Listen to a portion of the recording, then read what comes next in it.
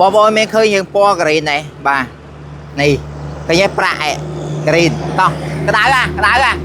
ប្រែប្រួលតាមពលឺថ្ងៃបងប្អូនឃើញនេះមិនកពីកពោណាខ្ញុំដាក់មិញដើម្បីនេះគឺជា Vivo V40 Lite ស៊េរីចុងក្រោយហើយបងប្អូនណាមកទឹក$215ស្អាតដូចតែថ្មីចឹងសាច់ឈាមសាច់អីសោះថ្លាមានបានតានីរយៈពេលណានេះនៅស្គុតគេទៀតហើយបកមិនអស់ទៀតបងប្អូនអើយនេះម្ចាស់គេនឹងក៏ប្រើថែទៀតអូហូយមើលប្រែពណ៌វិញហើយអូអែមែនតើ V40 Lite ទៀតតម្លៃធំតែ$215ទេនៅស្អាតណាស់បងប្អូនណាតែឆ្នាំងសាកនេះគេមិនទាន់បានប្រើផងគេ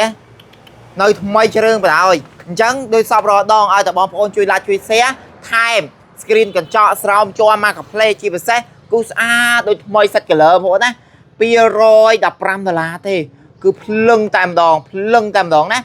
អូស្អាតមែនតើហើយ memory 256 RAM 16GB scan ប្រយោជន៍ដៃលើក្រោះហើយសម្រាប់ពុកម៉ែបងប្អូនដែលចង់បានអាចជួយ like ជួយ share ផងដោយសារតែមកទឹកនេះគឺស្អាតដូចថ្មីតែម្ដងហើយតម្លៃក៏ពិសេសដែរត្រឹមតែ$215ទេរស់រាល់ឡើងខុសថ្មី$100ហើយអាចតំណែងតំណងមក Telegram 098 24 4142ឃើញទេឥឡូវប្រែពណ៌ទៅថ្ងៃវិញពណ៌ថ្ងៃមកស្ទូឡើងវាចាប់ដើមប្រែពណ៌រីងក្រីណែណាមកស្ទូឡើងវាចាប់ដើមប្រែពណ៌ហើយប្រែពណ៌ហើ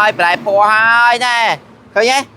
ទេទូរស័ព្ទនេះចេះប្រែពណ៌ដូចប្រគួយអញ្ចឹងណាអញ្ចឹងសម្រាប់ពុកម៉ែបងប្អូនដែលចង់បាន V40 Lite អាចតំណែងតំណងមក Telegram 098 24 4142តានីជូន11ខែជាពិសេសគឺតម្លៃច្បាស់តែម្ដង$215អរគុណអ្នកដែលជួយ share